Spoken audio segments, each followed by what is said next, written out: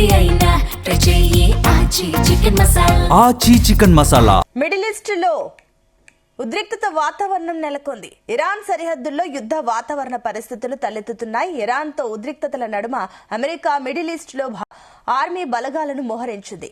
గత 20 ఏళ్లలో ఎన్నడూ లేనంతగా మిడిల్ ఈస్ట్ లో జెడ్ ఫైటర్లు, యుద్ధ నౌకలతో రాడార్ కమాండ్ కంట్రోల్ విమానాలను తరలించబడడంతో ఇరాన్ సరిహద్దులో యుద్ధ వాతావరణం నెలకొంది. త్వరలో ఇరాన్ పై సైనిక చర్య తప్పదని ట్రంప్ సంకేతాలిచ్చిన తర్వాత ఈ పరిస్థితి తలెత్తింది.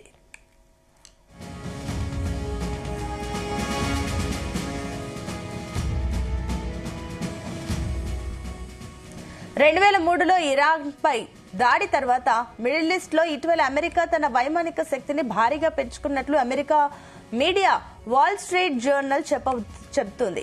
అయితే గత కొన్ని రోజులుగా అత్యాధునిక F-35, F-22 వంటి జెట్ ఫైటర్లను మిడిల్ ఈస్ట్ కు తరలించింది. అంతకుముందు ప్రపంచంలోనే అతిపెద్ద యుద్ధ నౌక అబ్రహం లింకన్, ఆ తర్వాత ఇటీవల రెండో యుద్ధ విమాన వాహక నౌక USS జెరాల్డ్ ను ఈ ప్రాంతానికి తరలించింది.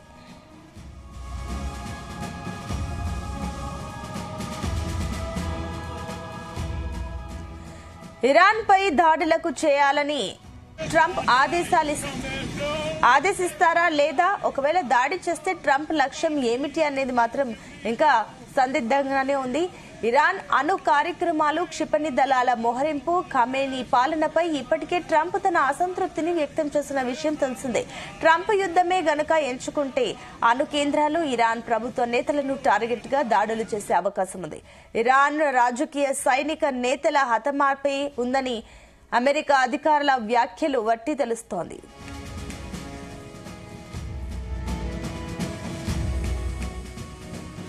కరెన్సీ పతనం, ద్రవ్యోల్బణం పెరగడంతో ఇరాన్లో నిరసనలు చెలరేగి ఉద్రిక్తత నెలకొన్న తర్వాత ఆ ఆందోళన ప్రభుత్వ వ్యతిరేక మలుపు తీసుకుంది. దీంతో అయతుల్లా అలీ ఖమేనీ ప్రభుత్వం నిరసనకారులపై అణచివేత, ఫలితంగా అమెరికా అధ్యక్షుడు ట్రంప్ సైనిక చర్య తప్పదని బెదిరించారు.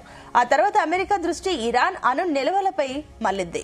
ఇరాన్ అణు కార్యక్రమాన్ని ఆపడానికి అమెరికా ప్రయత్నిస్తున్న క్రమంలో మిడిల్ ఈస్ట్ లో ఉద్రిక్తతలు మరింత పెరిగి ఇరాన్ పై సైనిక చర్యకు సిద్దమవుతోంది.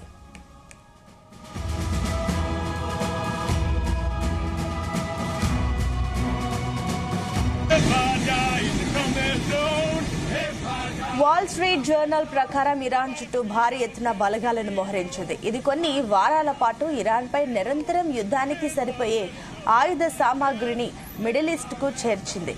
ఇది గతంలో ఇరాన్ పై దాడులకు భిన్నంగా ఉంటుందని, ఇరాన్ లోని 3 అణు కేంద్రాలపై ఒకేసారి అమెరికా దాడి చేసే అవకాశం ఉందని తెలుస్తోంది.